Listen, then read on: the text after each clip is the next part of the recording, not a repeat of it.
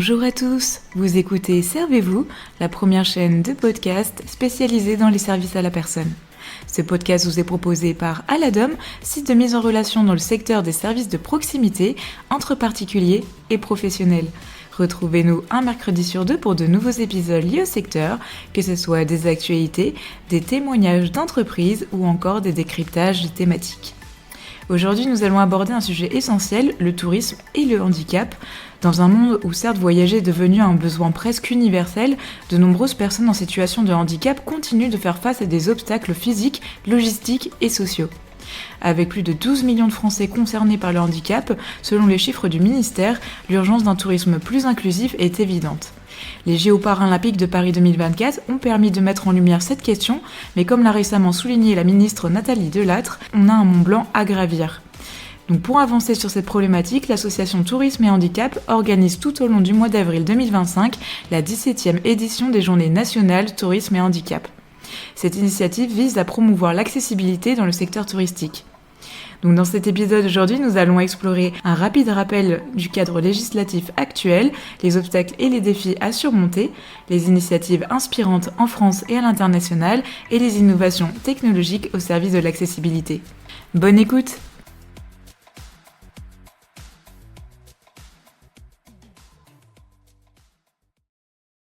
On va débuter cet épisode en rappelant le cadre législatif et les initiatives pour un tourisme inclusif. En effet, la loi du 11 février 2005 est un tournant pour l'accessibilité en France. Elle impose aux établissements recevant du public, dont les lieux touristiques, d'être accessibles. Cependant, 20 ans après, le constat est sans appel. Moins de 10% des hôtels sont vraiment accessibles, selon Annette Masson, présidente de l'association Tourisme et Handicap. Beaucoup de chambres dites accessibles n'offrent en réalité ni les aménagements adaptés, ni les services comme un petit déjeuner accessible. Le label, quant à lui, Tourisme et Handicap, géré par Atout France, vise à encourager les établissements à répondre aux besoins spécifiques liés au handicap moteur, auditif, visuel et mental. Ce label est fortement soutenu par la ministre Nathalie Delattre, qui appelle l'ensemble des acteurs du secteur à s'engager dans la démarche de labellisation. Des groupes comme Accor donnent l'exemple. En effet, 135 établissements déjà labellisés, 400 en cours contre seulement 20 auparavant. L'objectif, atteindre 4500 établissements labellisés d'ici fin 2025 contre 3700 aujourd'hui. Malheureusement, les aides financières sont peu utilisées. Sur les 350 millions d'euros alloués par l'État, une grande partie n'a pas été consommée, menaçant la pérennité de ces subventions.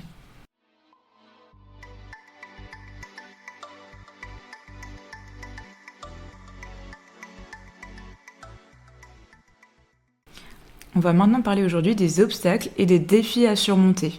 En 2024, la France continue de s'affirmer comme la première destination touristique mondiale. Cependant, un défi majeur persiste avec l'accessibilité du tourisme aux personnes en situation de handicap. L'édition 2024 de l'IFTM, International French Travel Market, a mis en lumière cette problématique cruciale. Elle révèle de nombreux obstacles qui entravent l'accès aux vacances pour tous. Malgré une prise de conscience croissante et des initiatives prometteuses, les barrières économiques, infrastructurelles, organisationnelles et culturelles demeurent importantes. Or, il reste encore un long chemin à parcourir pour construire un tourisme véritablement inclusif en France. En effet, les difficultés économiques constituent le premier frein à l'accès aux vacances pour les personnes en situation de handicap. Les chiffres révélés par l'Observatoire des inégalités dressent un tableau particulièrement alarmant. Près de 40% des adultes handicapés sont dans l'impossibilité financière de s'offrir ne serait-ce qu'une semaine de vacances. Selon l'Eurostat, 37,6% des personnes handicapées déclarent ne pas avoir les moyens de partir, contre 20,4% chez les personnes valides. Cette fracture économique s'accentue avec l'âge, notamment entre 45 et 54 ans, où 44% des personnes en situation de handicap ne partent pas en vacances faute de moyens. En plus du revenu souvent inférieur lié à une insertion professionnelle plus difficile, les coûts supplémentaires spécifiques au handicap, transport adapté, accompagnement, matériel médical, hébergement labellisé, rendent les séjours inaccessibles pour beaucoup. Au-delà des contraintes économiques, les personnes handicapées rencontrent de nombreux obstacles pratiques liés à la mobilité, la logistique du voyage et l'offre disponible. Le rapport du ministère de la Transition écologique montre que les personnes en situation de handicap effectuent en moyenne 4,1 voyages par an, contre 7,6 pour les autres, parcourent une distance moyenne de 942 km contre 1238 km pour les valides, se déplacent en majorité en voiture, faute d'alternatives accessibles, et enfin ont moins recours à l'avion, 7% contre 10% des autres en raison de la complexité des procédures ou de l'absence d'équipement adapté.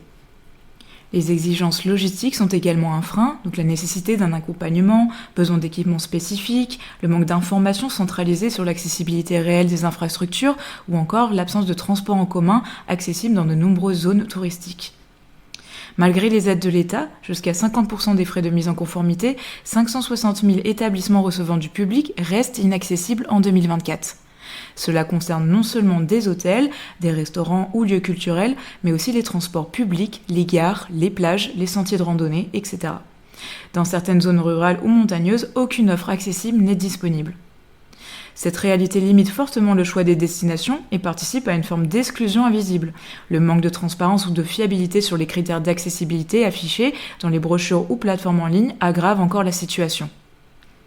Au-delà des aspects matériels, il y a un frein culturel qui subsiste. En effet, le handicap reste souvent perçu comme une contrainte, ce qui peut entraîner une forme de stigmatisation ou une mauvaise préparation des acteurs touristiques. Le personnel d'accueil n'est pas toujours formé à interagir avec des publics aux besoins spécifiques et cela peut générer un sentiment d'inconfort ou d'exclusion chez les voyageurs concernés.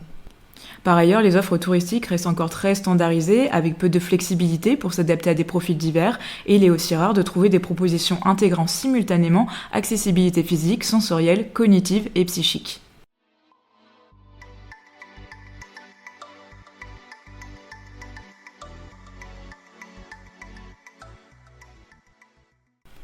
On va maintenant parler des destinations et activités justement accessibles. Quelles sont les alternatives ?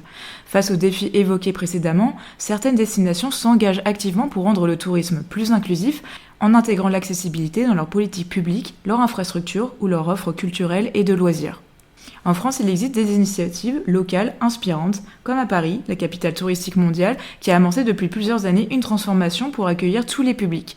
Des lieux emblématiques comme la Tour Eiffel, le musée du Louvre ou encore le musée d'Orsay proposent désormais des ascenseurs et rampes d'accès, des audioguides en langue des signes française, des parcours tactiles pour les personnes malvoyantes, des supports en braille ou en caractère agrandi, des files d'attente prioritaires pour les personnes à mobilité réduite. Des visites guidées adaptées sont également proposées avec des médiateurs formés à différents types de handicap. L'Office du tourisme de Paris a également développé une carte interactive permettant de repérer les établissements accessibles, restaurants, hôtels et musées. D'autres villes françaises suivent également cette dynamique. Par exemple, Lyon, la ville historique classée au patrimoine mondial de l'UNESCO, propose des balades accessibles en fauteuil dans le vieux Lyon, ainsi qu'un accès facilité à la basilique de Fourvière. Et Nice a mis en place un programme appelé Ville Handicap avec des plages aménagées comme la plage publique Handiplage et une navette adaptée et gratuite pour se déplacer sur le littoral. À Bordeaux, les quais ont été réaménagés pour que la circulation des personnes à mobilité réduite et plusieurs musées municipaux proposent des visitants LSF, des audiodescriptions et des dispositifs multisensoriels. Bien sûr, l'accessibilité ne concerne pas uniquement les grandes métropoles. Des initiatives émergent aussi en milieu rural pour permettre à tous de profiter des espaces naturels. Des sentiers de randonnée sont reconfigurés pour accueillir les goélettes, des fauteuils tout-terrain pour personnes handicapées accompagnées, notamment dans les parcs naturels régionaux. La ville de Perros-Guirec a investi dans une goélette monoroue pour rendre le sentier des douaniers accessible aux personnes à mobilité réduite. Ce fauteuil tout-terrain, utilisé avec des accompagnateurs, permet la randonnée et pourrait être utilisé lors de manifestations sportives. Des écolodges et gîtes labellisés tourisme et handicap apparaissent également dans des campagnes bretonnes, en Ardèche ou dans les Alpes, avec des installations pensées dès la conception pour tous les types de handicap. Je vous invite d'ailleurs à écouter un des derniers épisodes sur la chaîne de Servez-vous, qui mentionne les bobos à la ferme, donc un gîte labellisé pour les personnes en situation de handicap.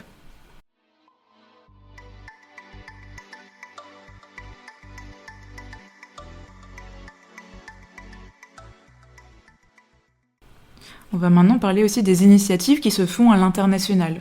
À l'étranger, Barcelone est souvent citée comme une ville pionnière dans l'accessibilité touristique. La ville catalane a adopté un plan d'urbanisme intégral incluant des plages avec accès facilité, tapis d'accès et fauteuils amphibies disponibles à la location, des transports publics accessibles, bus, métro, taxi, une signalétique universelle et multilingue dans des lieux publics, une offre culturelle inclusive avec des visites guidées pour tout type de handicap dans la Sagrada Familia, le musée Picasso ou encore le parc Güell.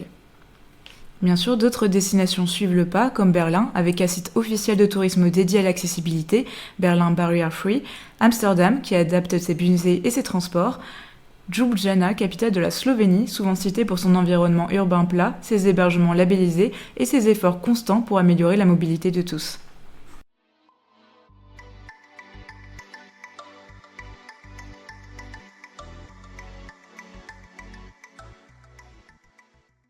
Maintenant, on va parler des technologies au service du tourisme accessible.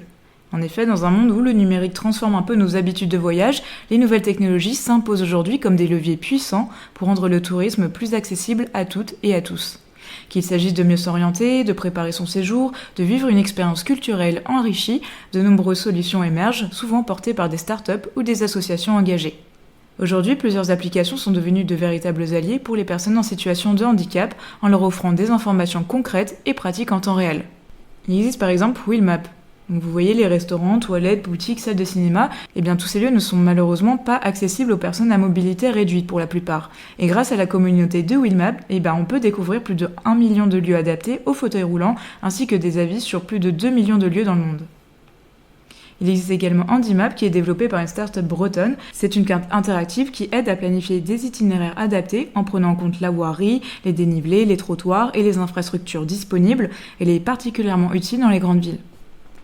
Et enfin, il y a une application qui se nomme j'accède.com. C'est un site qui est participatif, qui propose une cartographie collaborative des lieux accessibles en France et à l'international. Chacun peut y contribuer en évaluant un restaurant, un musée, un commerce et indiquer les équipements disponibles, les rampes d'accès, ascenseurs, toilettes adaptées. Et cette démarche communautaire renforce la visibilité des établissements inclusifs. Au-delà de la mobilité, les technologies immersives offrent également de nouvelles façons de découvrir les lieux culturels et naturels, comme les guides vocaux interactifs compatibles avec les lecteurs d'écran qui utilisent un synthèse vocale qui permettent aujourd'hui une exploration enrichie pour les personnes aveugles ou malvoyantes. Des applications de navigation intelligente en intérieur, basées sur le GPS ou les balises Bluetooth, facilitent également la circulation dans des lieux complexes comme les musées ou les aéroports. Et enfin, la réalité augmentée ou la réalité virtuelle commencent aussi à faire leurs apparitions dans les parcours de visite, notamment pour reconstituer visuellement des œuvres ou monuments pour les visiteurs malvoyants ou pour traduire en LSF les contenus présentés. Donc bien consciente du potentiel de ces innovations, Nathalie Delattre, sénatrice et autrice du rapport sur le tourisme accessible, appelle à mobiliser davantage de fonds privés et publics, mais aussi à faire une place aux jeunes entreprises innovantes, car selon elle, les startups peuvent également apporter des solutions concrètes et rapides, à condition d'être soutenues et intégrées aux politiques de développement touristique. Elle propose notamment la création d'un fonds d'investissement dédié à l'innovation inclusive, des appels à projets ouverts spécifiquement aux startups du handicap et du tourisme, et une coopération renforcée entre institutions publiques, associations de personnes handicapées et acteurs de la tech. En résumé, les nouvelles technologies ne sont pas qu'un plus, elles sont désormais une nécessité pour construire un tourisme plus inclusif, et le défi est qu'aujourd'hui de favoriser leur diffusion à grande échelle et de les rendre accessibles financièrement et de former également les professionnels à leur utilisation.